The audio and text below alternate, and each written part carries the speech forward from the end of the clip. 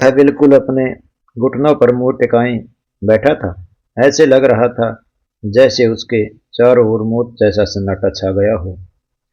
उस मासूम लड़की ने कभी सोचा भी नहीं था कि उसकी जिंदगी इतनी कठिन हो जाएगी, जो हमेशा अपने दोस्तों के लिए खड़ी रहने वाली थी। आज उसी की जिंदगी एक दोस्त की वजह से बर्बाद हो गई थी। उसे पता था कि अब उसके पास कुछ नहीं बचा है। एक पूरी रात और एक पूरा दिन बीत चुका था और वह उसी अंधेरे कमरे में पड़ी हुई थी। उसे मालूम था कि अब सब कुछ खत्म हो गया है और अगर वह घर जाती तो माता पिता उसे अपनाने नहीं बल्कि ठुकरा देंगे। वह अपनी बेगुनाही साबित करने की कोशिश भी करे तो भी उसे स्वीकार नहीं कर किया जाएगा। लेकिन जो लड़की पूरी रात और दिन घर से बाहर रही हो, समाज उसका कोई सम्मान नहीं बचता। यही बात उसे अंदर से तोड़ रही थी। कुछ और वक्त बीता, तभी कमरा का दरवाजा शर्महाइट के साथ खुला।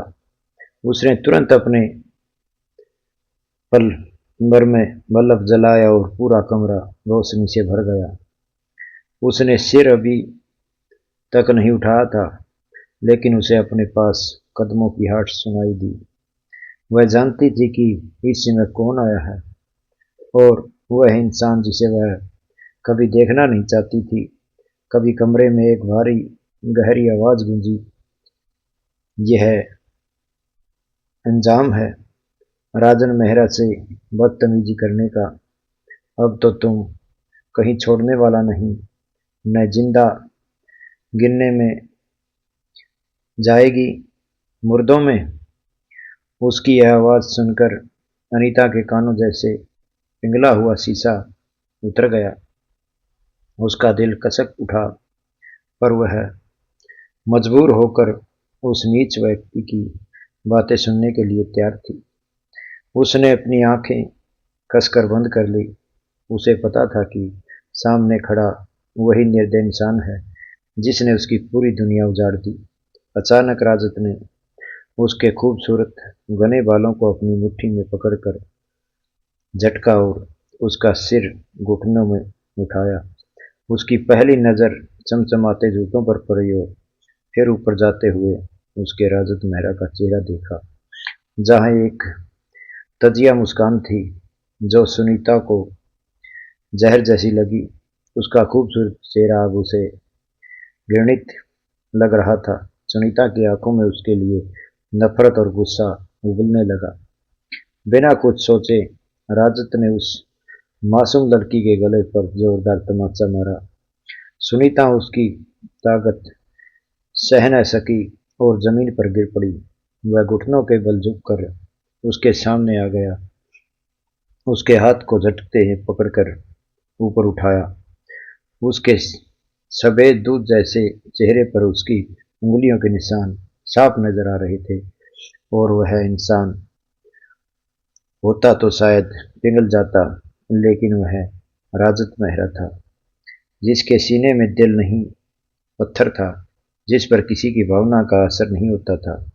वह सिर्फ अपने अहंकार और घमंड में चूर रहता था। उसने एक साथ से उसका हाथ पकड़ लिया और दूसरे हाथ में धीरे धीरे उसके साथ हाथ पर उंगलियां फिरते हुए, इसी हाथ से तूने मुझे थप्पड़ मारा था ना, आज मैं तुझे दिखाऊंगा कि थप्पड़ का अंजाम क्या होता है। यह कहकर उसकी कांपती हथेली पर अपने चमकते होठ रख दिए। सुनीता को ऐसा लगा मानो उसे बिजली का झटका लगा हो। उसकी आंखें डर से फैल गई और दूसरा शरीर कांपने लगा। उसे समझ में आ गया कि राजत यही उसे सिर्फ अपमानित करने नहीं, कुछ और करने आया है। उसने तुरंत अपना हाथ छुड़ाया और डर से सिमट कर दीवार से लग गई। रजत जोर से हंस पड़ा और उसके सामने पांव फैलाकर बैठ गया। सुनीता सहमी हुई नजरों से उसे देखती रही। उसने फिर उसका हाथ पकड़ते हुए कहा, बहुत दर्द हो रहा है ना अंदर? वैसे तुम्हें यह तो मालूम होना ही चाहिए कि इस वक्त तुम्हारा जान मेरे हाथों में है।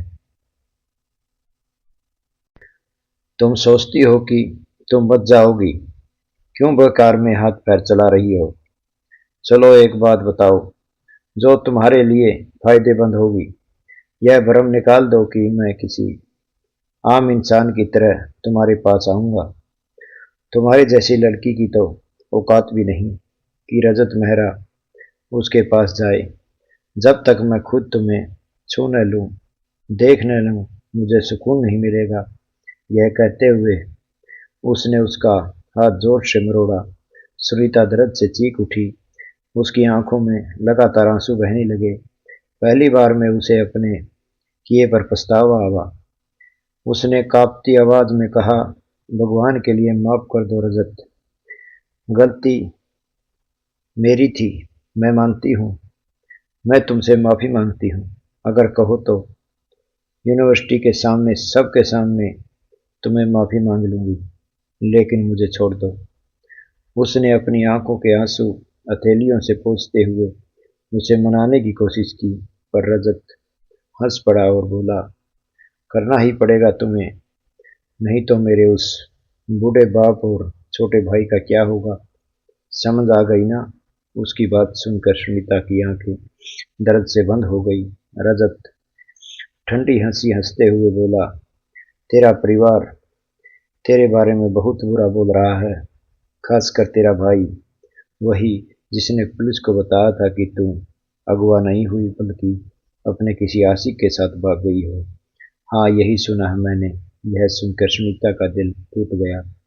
रजत सिगरेट निकाली, एक कंस लिया और उस लड़की की ओर देखने जिसने 2 दिन पहले उसे सबके सामने थप्पड़ मारा था और उसके चेहरे पर थूका था।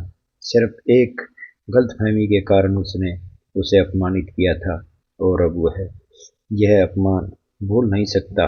उसने ठंडी सांस ली और कहा, उठो, अब वक्त आ गया है तुम्हारे जाने का। मेरा मकसद सिर्फ इतना था कि तुम्हें एक दिन और पूरी रात घर से दूर रखकर गायब कर दूं, और वो तो वैसे भी हो चुका है। लेकिन अब से 2 दिन बाद यूनिवर्सिटी में सबके सामने तुम मेरे पैरों में पड़कर मुझसे माफी मांगोगी। अगर ऐसा नहीं किया तो मैं वादा करता हूँ कि जो कभी किया है उससे भी कहीं ज्यादा बुरा करूंगा और जरा भी नहीं रुकूंगा।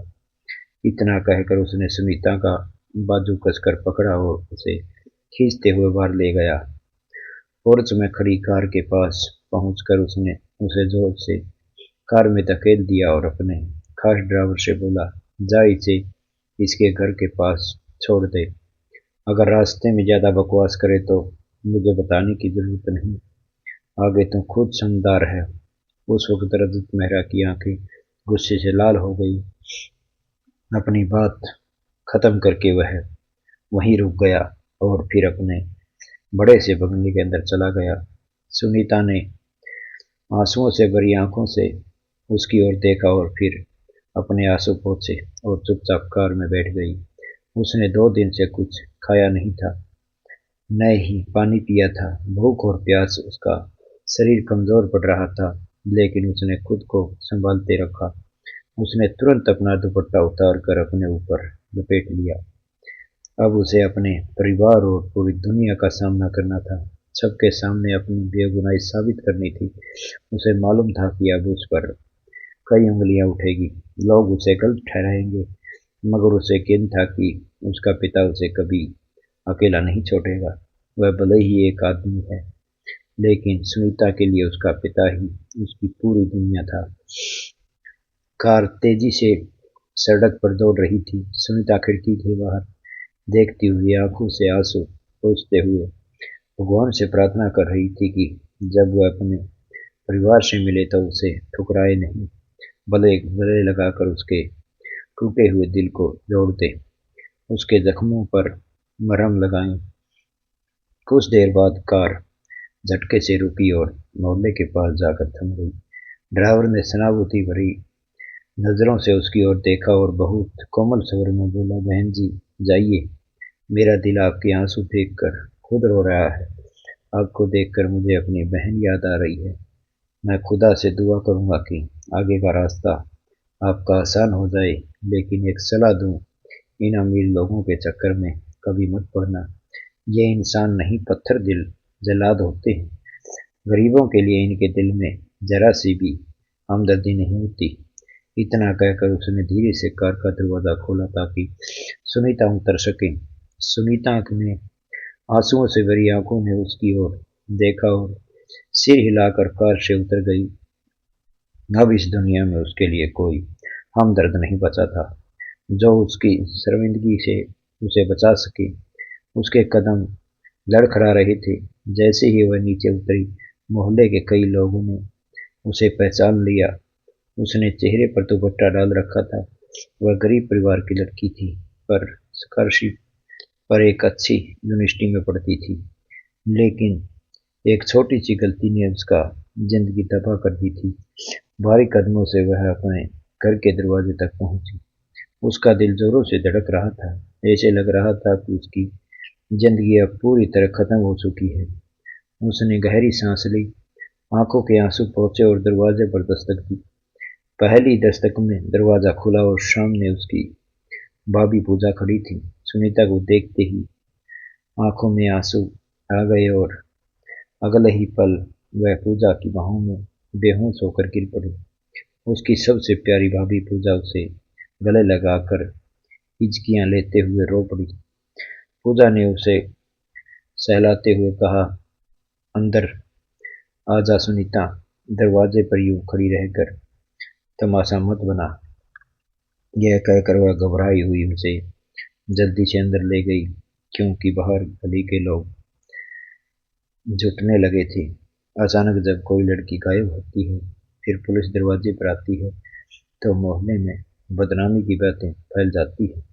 उसके बड़े भाई ने तो सबके सामने यह कह दिया कि सुनीता किसी आशिक के साथ भाग गई है। जैसे ही वह घर के अंदर पहुंची, उसके पापा, माँ और भाई सब बाहर आ गए। सुनीता अब भी पूजा से लिपट कर रो रही थी। तभी उसने अपने पिता की कांपती आवाज सुनाई दी, मेरी बच्ची, मेरी सुनीता। उसने सिर उठाया तो देखा कि उसके पिता सामने खड़े थे। बिना सोचे वह भाग कर उनके गले लग गई और फूट फूट कर रोने लगी। यहाँ तक कि वहां मौजूद सभी लोग आंखों में नम हो गई। वही उसका बड़ा भाई देवर मुठिया पीछे खड़ा था। यह वही बहन थी जो कभी उसकी आंखों का तारा हुआ करती थी, लेकिन पीछे कुछ दिनों की बदनामी उसे माफ नहीं कर पा रही थी। सुनीता कांपते हुए बोली, पापा, उस रजत ने मुझे बर्बाद कर दिया। मैं निर्दोष हूँ पापा। उसने मुझे नहीं छोड़ा। मैंने तो बस उसके दोस्त की मदद की थी, लेकिन उस आदमी ने मेरी जिंदगी बर्बाद कर दी। सुनीता हिचकिचाते हुए रो रही थी। देव ने बिना कुछ सोचे समझे उसका हाथ पकड़कर जोर से दरवाजे की तरफ धक्का दे दिया। वह जमीन पर गिर पड़ी। देव ने गुस्से में गरजते हुए कहा, क्यों आई है तू हमारे दरवाजे पर अपना मुंह काला करके? तूने हमें बदनाम कर दिया। जो थोड़ी ही बहुत इज्जत बची है, क्या उसका भी सौदा करना चाहती है? सुनीता दर्द भरी निगाहों से अपने भाई को देखने लगी। वही भाई जो हमेशा उसका अच्छाई बना रहता था, आज वही उसके इस तरह बर्ताव कर रहा है। उसने कांपते हुए हाथ जोड़ लिए और रोते हुए बोली, मैंने कुछ नहीं किया भैया, ये सब रजत ने किया है। मैं निर्दोष हूँ। लेकिन उसने पहले ही वह कुछ और कह पाती, उसकी आंखों के सामने अंधेरा छा गया। 2 दिन की भूख और प्यास से कमजोर शरीर अब और सह नहीं सका और वह बेहोश होकर गिर पड़ी। बेहोश होने से पहले आखिर चेहरा जो उसने देखा, वह उसकी भाभी पूजा का था, जो बेचैनी से उसे थामे पुकार रही थी। जब अगली सुबह उसकी आंख खुली तो कमरा एकदम शांत था। सिर भारी लग रहा था। उसने इधर उधर देखा तो पाया कि उसके हाथ में ड्रिप लगी हुई है। शायद रात में उसकी हालत बहुत खराब हो गई थी। वह धीरे धीरे उठी, लेकिन अचानक चक्कर आ गया। उसने खुद को संभाला, ड्रिप निकाल दी, चप्पल पहनी और बाहर आ गई। आंगन में उसकी माँ सब्जी काट रही थी। सुनीता पास जाकर चुपचाप बैठ गई। इससे पहले कि वह कुछ कह पाती, उसकी माँ के उसके कंधे पर हाथ रखकर कहा। सुनीता ने चिचकाते हुए कहा, माँ की ओर देखा। माँ ने उसे देखा। थोड़ा आराम कर ले, देव घर पर हैं, कमरे से बाहर मत आना। सुनीता ने पीड़ा भरे स्वर में कहा, माँ मैंने कुछ नहीं किया, मैं निर्दोष हूँ। क्या मैं अपने ही घर में बेगुनाही साबित नहीं कर सकती? माँ ने सिर हिलाया और अपनी बेटी के हाथ थाम लिए। मेरी लाडो, मेरी बच्ची, मुझे पता है तूने कुछ गलत नहीं किया। मेरी बेटी सुनीता गलत कर ही नहीं सकती। वह अपनी बेटी की सच्चाई की गवाही दुनिया को देने को तैयार थी, लेकिन नहीं जानती थी कि बेटा और बेटी आपस में भिड़ जाएं, घर में झगड़ा हो और उसकी बेटी दर दर भड़के। उन्होंने कहा, मेरा बेटा इस वक्त रजत नाम से पागल हुआ है, इसलिए बेहतर होगा कि तू खुद को संभाल और छिपा ले। यही तेरे लिए ठीक रहेगा। मुझे पूरा यकीन है, जैसे ही देव का गुस्सा शांत होगा, वो भी तुम्हें गले लगा लेगा, तेरे आंसू पोंछेगा। सुनीता ने आंसुओं से भरी आंखों से माँ की ओर देखा, सिर हिलाया और चुपचाप अपने कमरे की ओर चली गई। सच में वह अब अपने भाई का सामना नहीं करना चाहती थी। भगवान जाने कितनी बार वह सोच चुकी थी कि मर जाएं, पर उस नफरत भरी नजरों का सामना न करें।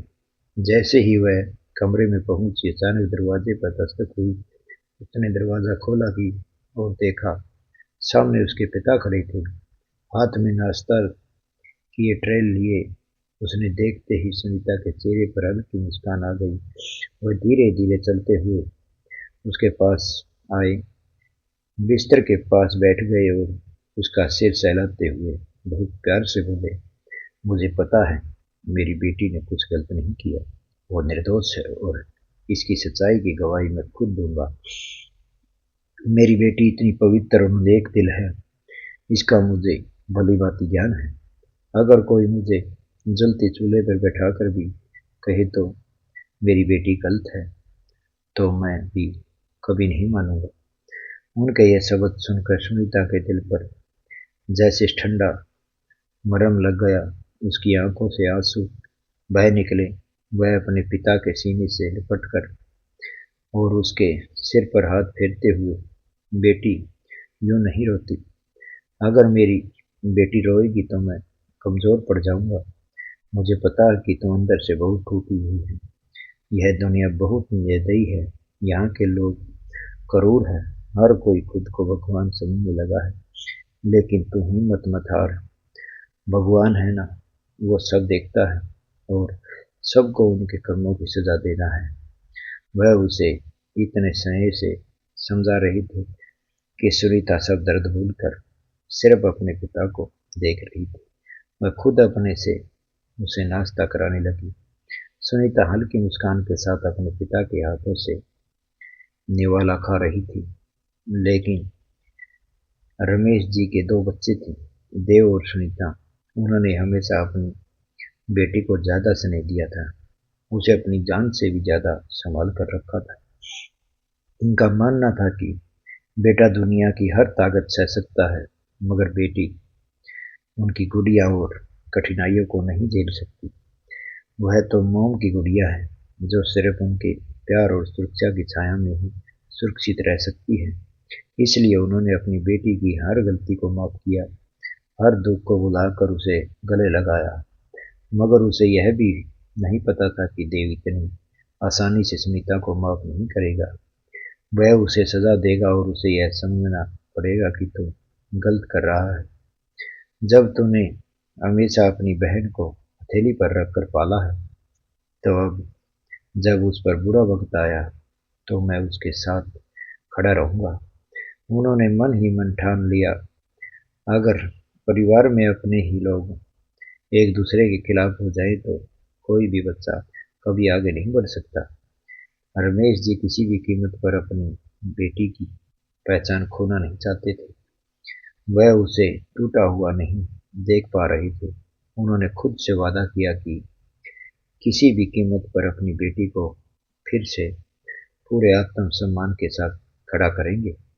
कहते हैं जब पिता अपनी बेटी के साथ खड़ा हो तो कोई भी उसे टेढ़ी नजर से देखने की हिम्मत नहीं करता।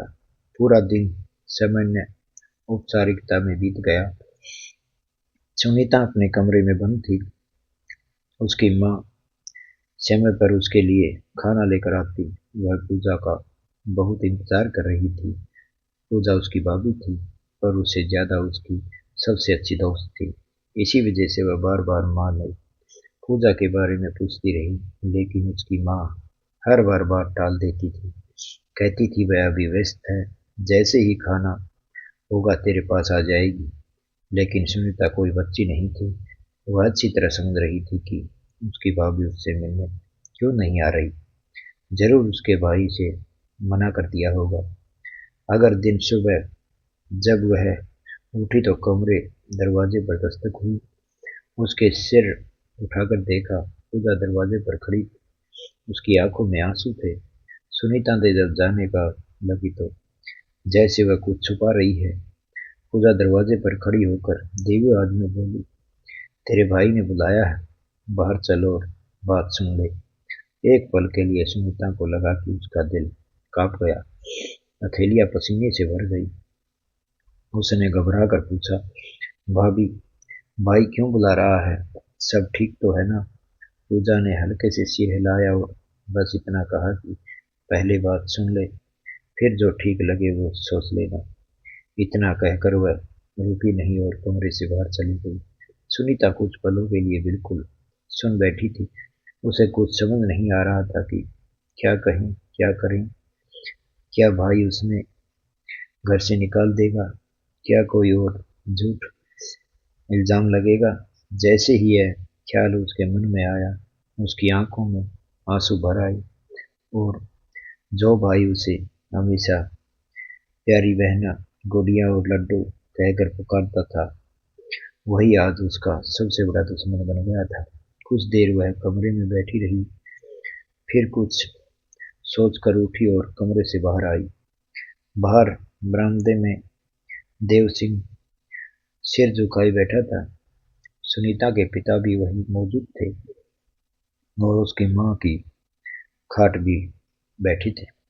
सुनीता घबराई हुई अपने भाई के पास पहुंची।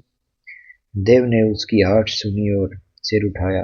सुनीता बहुत कमजोर लग रही थी और बीमार सी दिख रही थी।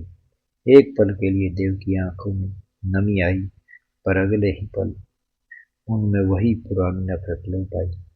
उसके सामने वही मंजर घूम गया जहां पुलिस की खड़ी उसके घर के सामने आकर रुकी थी। बिना किसी इजाजत के पुलिस ने घर में प्रवेश किया और जोर से आवाज लगाई, सुनीता, सुनीता। अचानक पुलिस को देखकर सब हैरान रह गए। पूजा ने तुरंत खुद को संभाला और पुलिस के सामने जाकर बात की। देव ने भी जाकर पूछा कि क्या बात है। तब पुलिस ने बताया कि तुम्हारी बहन ने मेरा साहब का हाथ उठाया है और उसकी लाखों की घड़ी भी चोरी कर दी। तुम्हारी बहन के खिलाफ FIR दर्ज हो गई है। उस पल देव को कुछ समझ नहीं आया।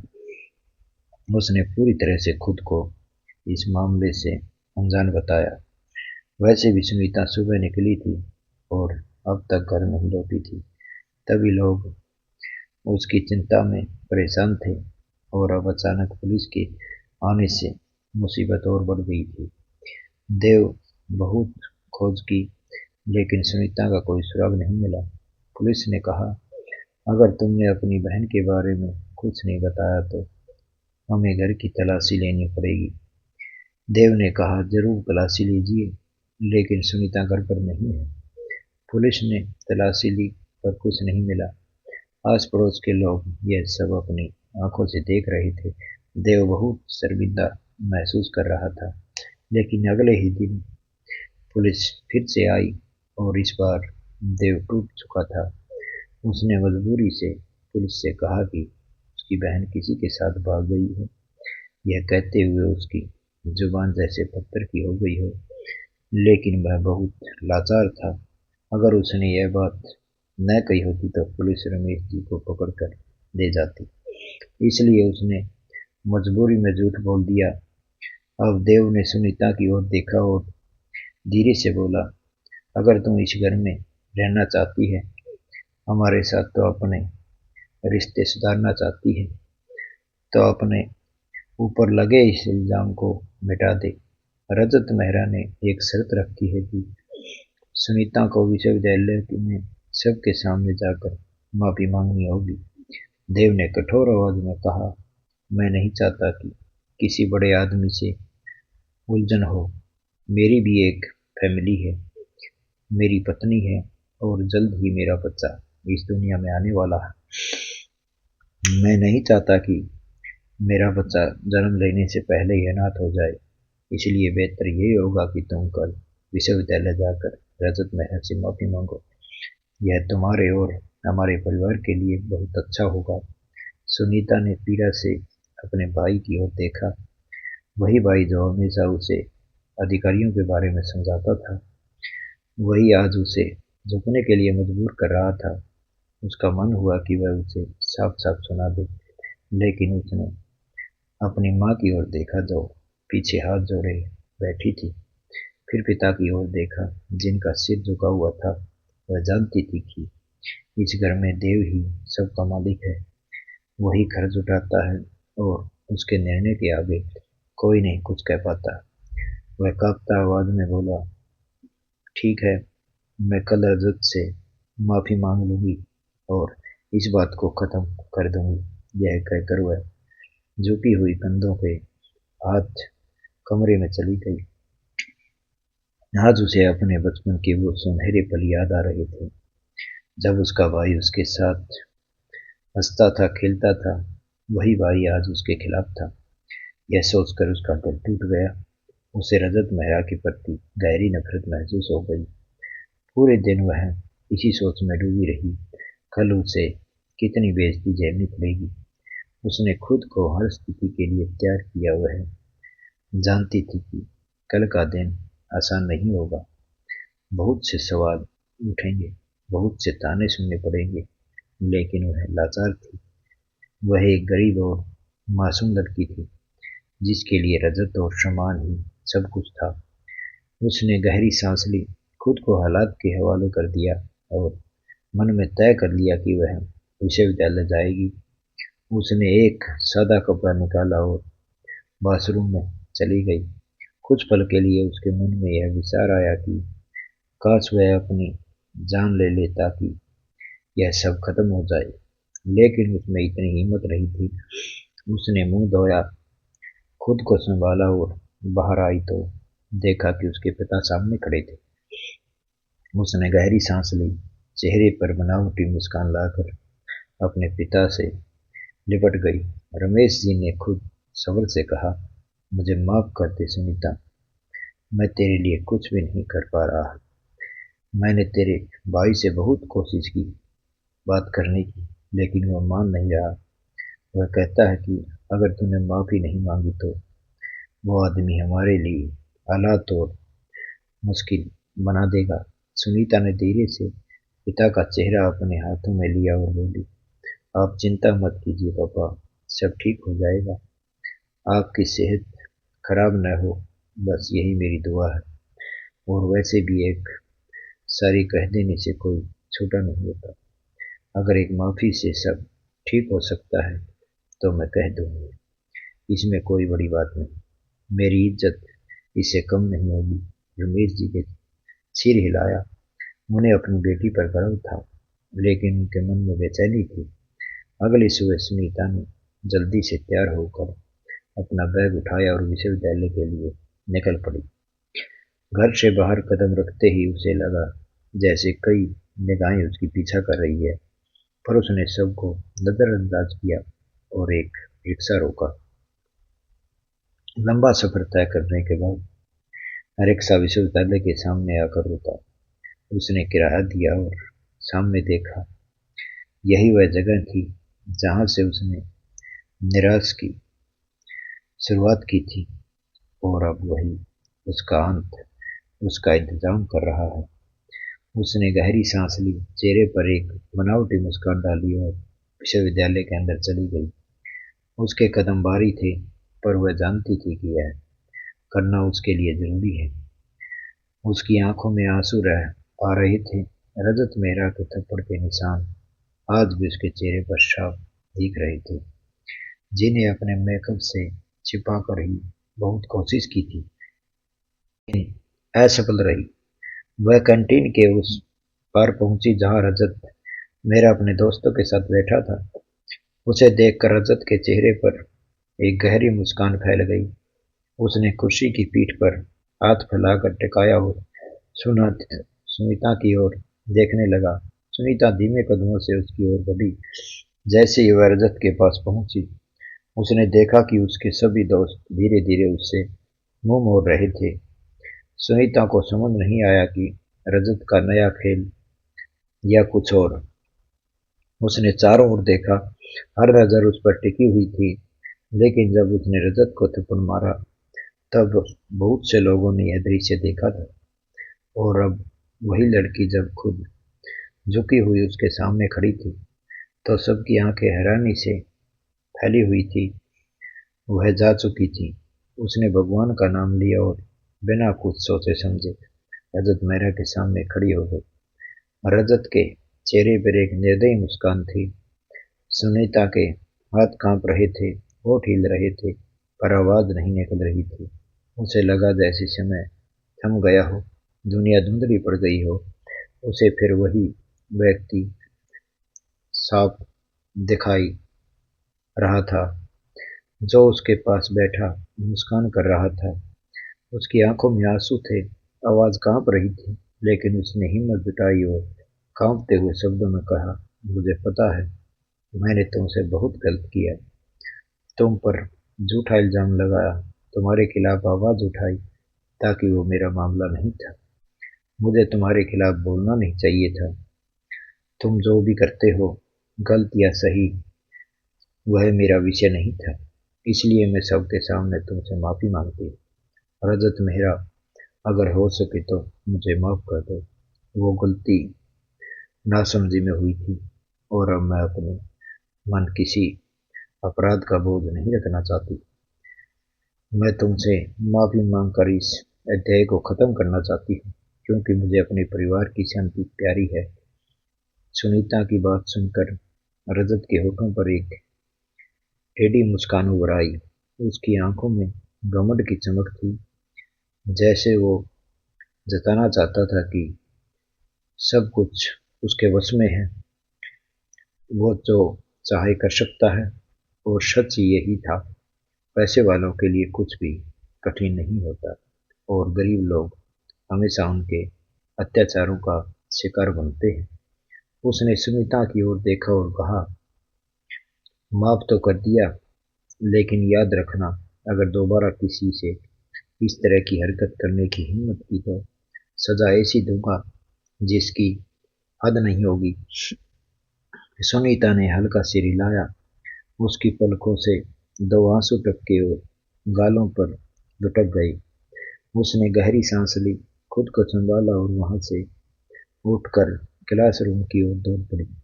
रजत मेहरा ने जाते हुए उसकी पीठ पर नजर डाली। अंधान में उनके दिल में एक अजीब सी बेचैनी थी। उसने टेबल पर रखी पानी की बोतल उठाई और आधी बोतल एक ही सांस में खत्म कर दी। न जाने क्यों उस लड़की की आज की हालत, उसका रोना, उसके कांपते शब्द, उसकी भीगी आंखें, सब कुछ उसके मन में अजीब तरह से बेचैन कर रहा था। उसके दोस्त हंस रहे थे, जैसे किसी विजय का जश्न मना रहे हो, लेकिन रजत के चेहरे पर गहरी गंभीरता थी। उसकी नजरें उसी जगह पर ठहर गई जहां कुछ देर पहले सुनीता रोते हुए खड़ी थी। उधर सुनीता क्लास तक पहुंच चुकी थी। आंखों से आंसू लगातार बह रही थे। उसने दर्द से भरी आवाज में कहा, भगवान तुम्हें माफ नहीं करेगा। राजत मेहरा, तुम दर दर भटकोगे लेकिन तुम्हें चैन नहीं मिलेगा। तुमने मेरी इज्जत लूटी है। भगवान तुम्हें कभी सुख नहीं रहने देगा। उसकी आवाज इतनी पीड़ा से भरी हुई थी जैसी धरती की सिहर उठी हो। उसने अपना सिर डेस्क पर रख दिया और जोर जोर से रोने लगी। तभी उसी किसी के हाथ का स्पर्श अपने कंधे पर महसूस हुआ। उसने सिर उठाया तो उसके सामने उसकी दोस्त खड़ी थी, वही जिसके लिए उसने रजत मेहरा को थप्पड़ मारा था। इससे पहले कि वह कुछ कह पाती, उसकी दोस्त ने उसका हाथ पकड़ा और उसे क्लास से बाहर ले आई।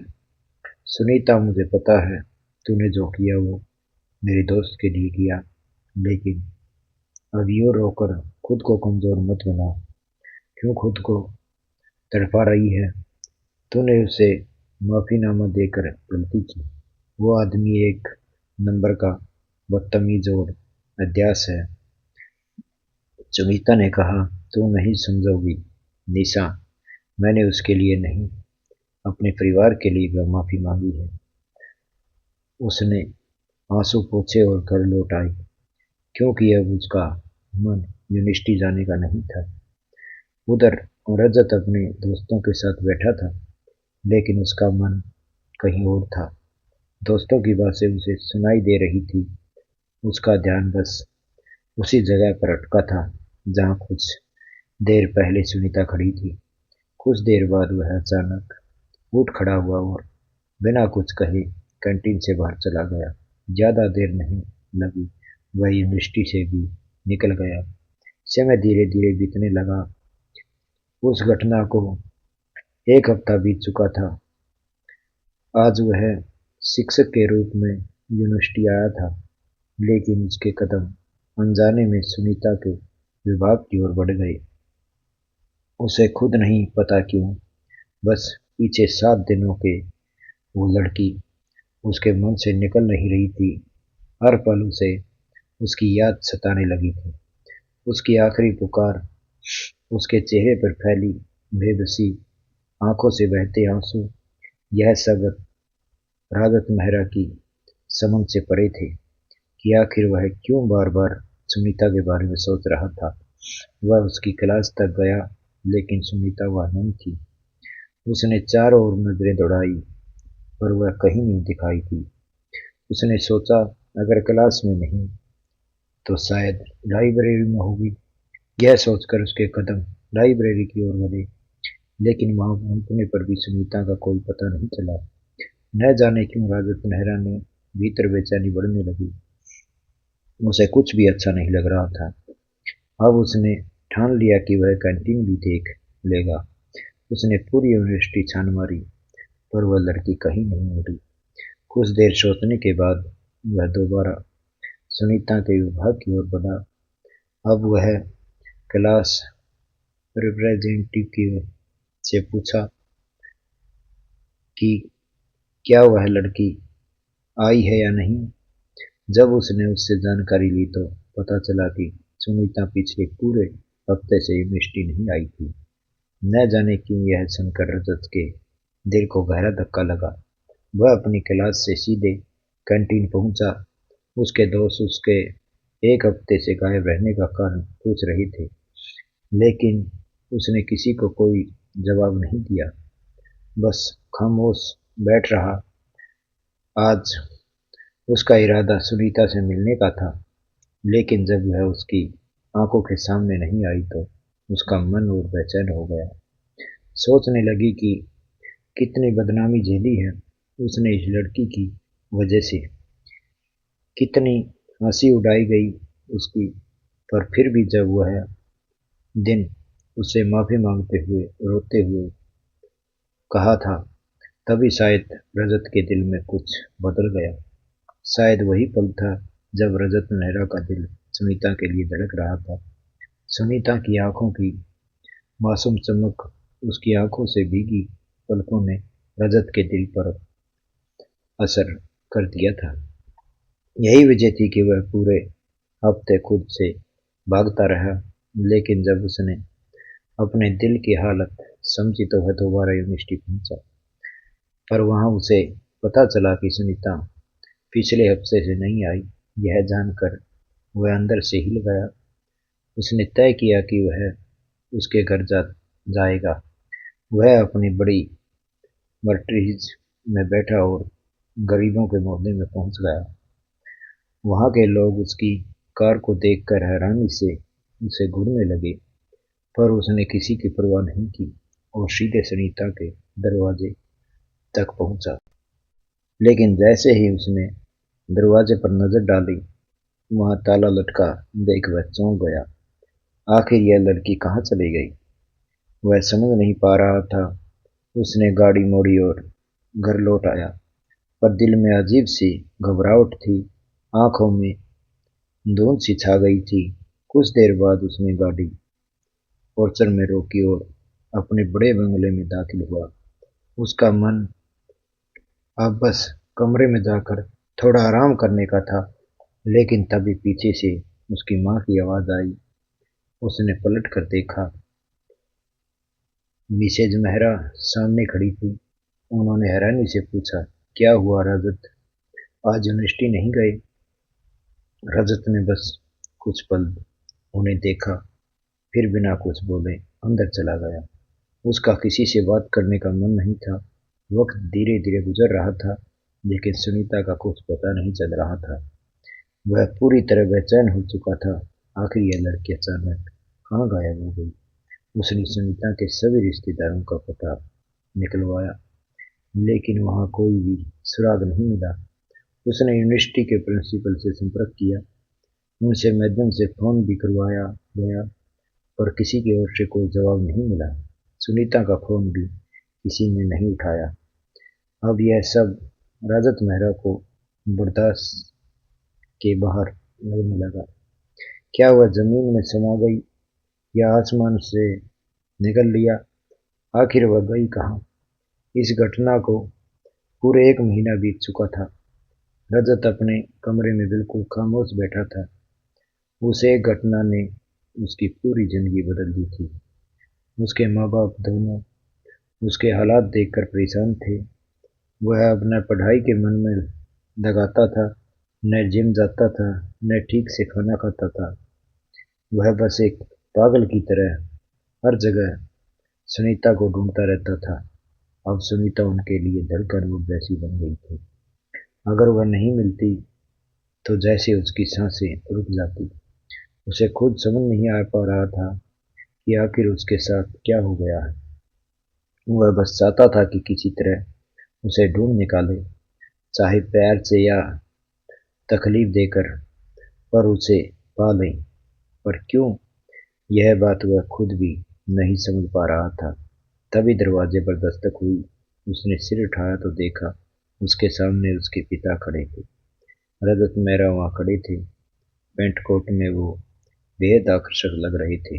वो धीरे धीरे चलते हुए रजत के कमरे आए। जबकि रजत मेहरा सिर उठाए बिस्तर पर शर्ट और शैंडो में बैठा था। उसका चेहरा मुरझाया हुआ था, जैसे वर्षों से बीमार हो। रजत ने उसके कंधों पर हाथ रखा और आंखों में झांकते हुए पूछा, क्या हुआ मेरे बेटे को? कौन सी बीमारी लग गई है? जब से तुम कमरे से बाहर निकलते दुनिया को देखना भूल गए हो।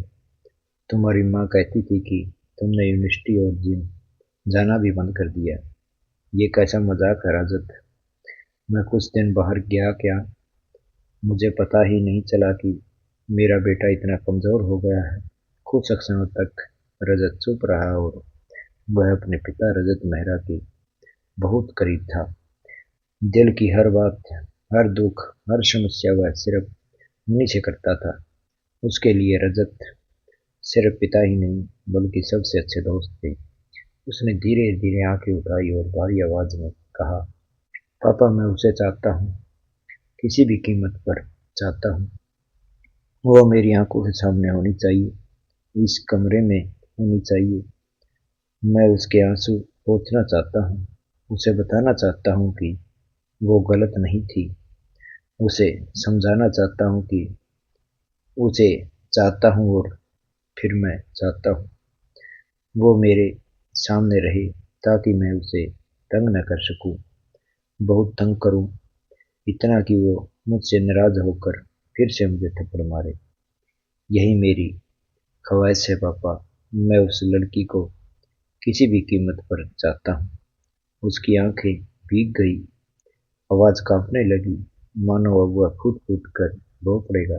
रजत मेहरा अनानी से उसे देखते रहे, कुछ समझ नहीं पा रहे थे कि आखिर वह किस लड़की की बात कर रहा है। लेकिन जब तक वो कुछ कहते, रजत दूसरे पर लेट गया और आंखें बंद कर ली।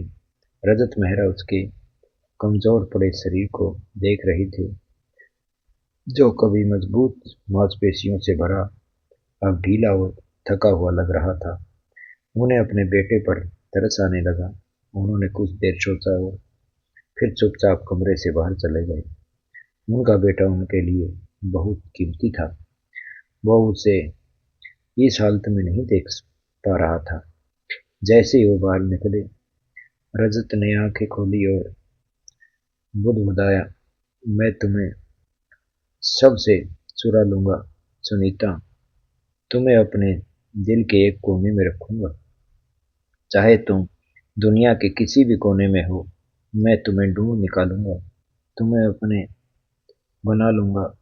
इसके लिए अगर अपनी जान भी देनी पड़े तो पीछे नहीं हटूंगा। वक्त धीरे धीरे बीतता गया। एक और महीना निकल गया, लेकिन सुनीता का कोई पता नहीं था। न पता वह जमीन में समा गई या आसमान ने निगल लिया। रजत मेरा पागल ही हद तक दीवाना हो चुका था। उसने सुनीता के घर का ताला भी तोड़ दिया, लेकिन अंदर कुछ नहीं मिला, बस कुछ पुराना फर्नीचर पड़ा था। जब उसने आसपास के लोगों से पूछा तो उन्होंने बताया कि जिस दिन उसकी बहन मिष्टी गई थी, उसके अगले ही दिन यह परिवार घर छोड़कर चला गया था। कहाँ गया किसी को नहीं पता। रजत वही दरवाजे पर बैठ गया, जैसे कोई मजनू अपने खोए हुए प्यार के इंतजार में पत्थर बन गया हो।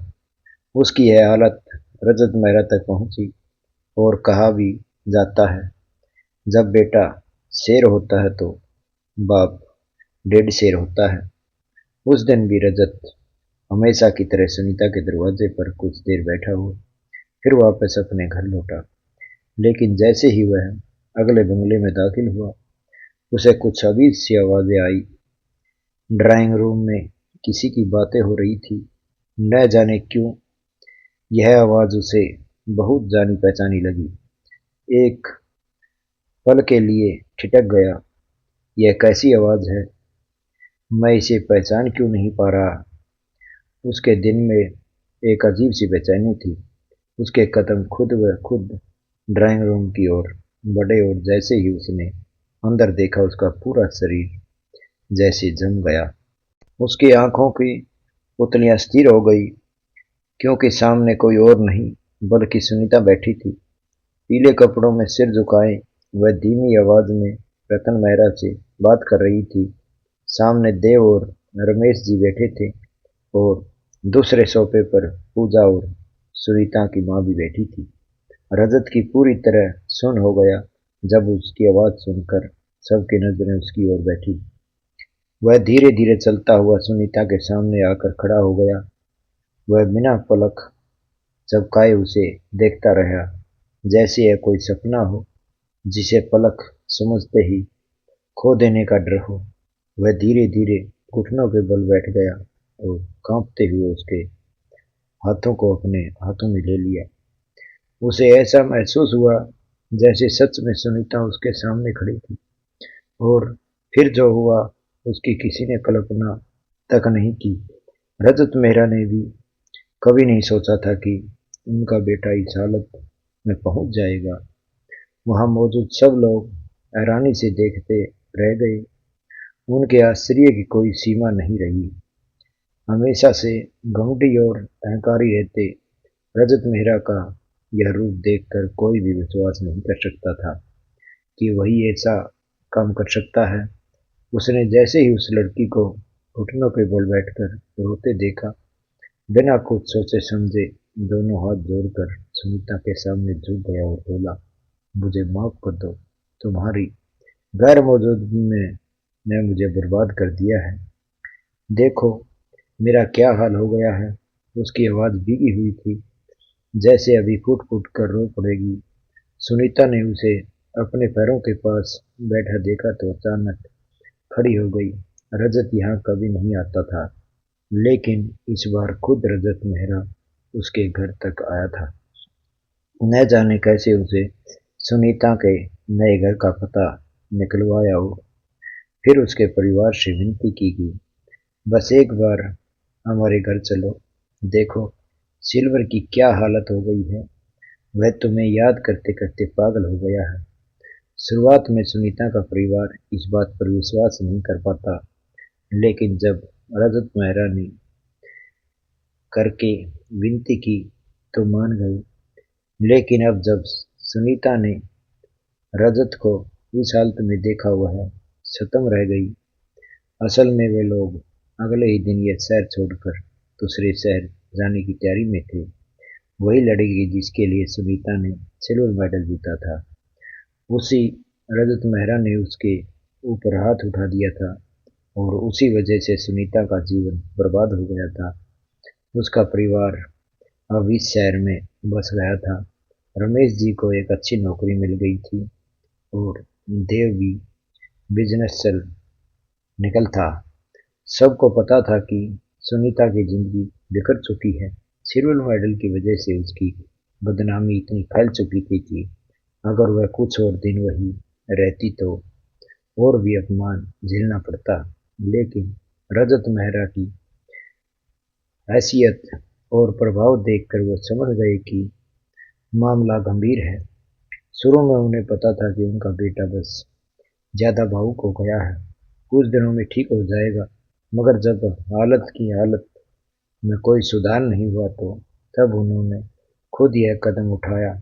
सुनीता पत्थर दिल नहीं थी। उसके मन ही मन जरूर कहना था कि ईश्वर करे तुझे कभी चैन न मिले, लेकिन उसका दिल बहुत नाजुक था। रजत की हालत देखकर उसकी आंखों में नमी हो गई। उसे धीमी आवाज में कहा, कोई बात नहीं रजत, मैं तुम्हें माफ करती हूँ। जो हो गया सो हो गया। अब मुझे भी भूल जाओ और बाकी सबको भी यही समझाओ कि कुछ हुआ नहीं है। लेकिन रजत के लिए तो यह संभव नहीं था। वह उससे सच्चा प्यार करने लगा था, ऐसा प्यार जिसमें अगर अपना प्यार ही न मिले तो बस मौत ही राहत लगती है। उसने बेकाबू होकर सुनीता के पैर पकड़ लिए। सब लोग हैरान थे और उसे क्या हो गया। फिर वह पूरी बेहोशी में बोला, सुनीता मुझसे शादी कर लो, मैं तुम्हें अपना नाम देना चाहता हूँ, तुम्हें दुनिया के सामने अपनाना चाहता हूँ। कृपा मना मत करना, मैं तुम्हें हर सुख दूंगा, सबके सामने तुम्हारे सम्मान की रक्षा करूंगा और सबको बताऊंगा कि तुम निर्दोष हो। सुनीता एकदम चुप थी, मानो कुछ कहने की ताकत ही नहीं रही। फिर भी जब उसने रजत मेहरा और मिसेज मेहरा की ओर देखा, इतने बड़े घराने के लोग खड़े हैं, उसका मन पिघल गया। उसने अपने पिता की ओर देखा और उन्होंने मुस्कुराकर सिर हिलाया। सुनीता के चेहरे पर भी हल्की मुस्कान आई। उसने सिल्वर मेडल थामे रजत के हाथ अपने हाथ में लिए और बोली, याद रखना रजत, हर बुराई का अंत होता है, हर रावण मरता है। मैं शादी के लिए तैयार हूँ, लेकिन एक शर्त है, तुम्हें अपने भीतर का अहंकार मिटाना होगा, वरना मैं कभी तुम्हारी नहीं बन सकती। रजत यह सुनकर खुशी से पागल हो गया। उसने सुनीता के कंधों को पकड़कर उसे अपने सामने खड़ा किया। देर तक उसे देखा रहा, फिर बेकाबू होकर उसे अपनी छाती से लगा लिया। उसे एहसास नहीं था कि दोनों परिवार वहीं खड़े हैं। तभी रजत मेहरा ने जोर से खांसा तो रजत के होंठ उठ गए। उसने झट से सुनीता को अलग किया। उसने मुस्कुराते हुए कहा, मैं तुम्हारी सारी शर्तें मानता हूँ सुनीता। यह सुनीता की जीत थी। सच्चे प्यार से जब दिल मिल जाते हैं तो आदमी अपना रुतबा, अपना अभिमान सब भूल जाता है। प्यार एक पागलपन है जिसमें हार कर ही जीत होती है। दोस्तों, क्या रजत माफी के लायक था? अपनी राय कमेंट में जरूर बताएं। अगर कहानी अच्छी लगे तो लाइक करें, चैनल को सब्सक्राइब कीजिए। धन्यवाद।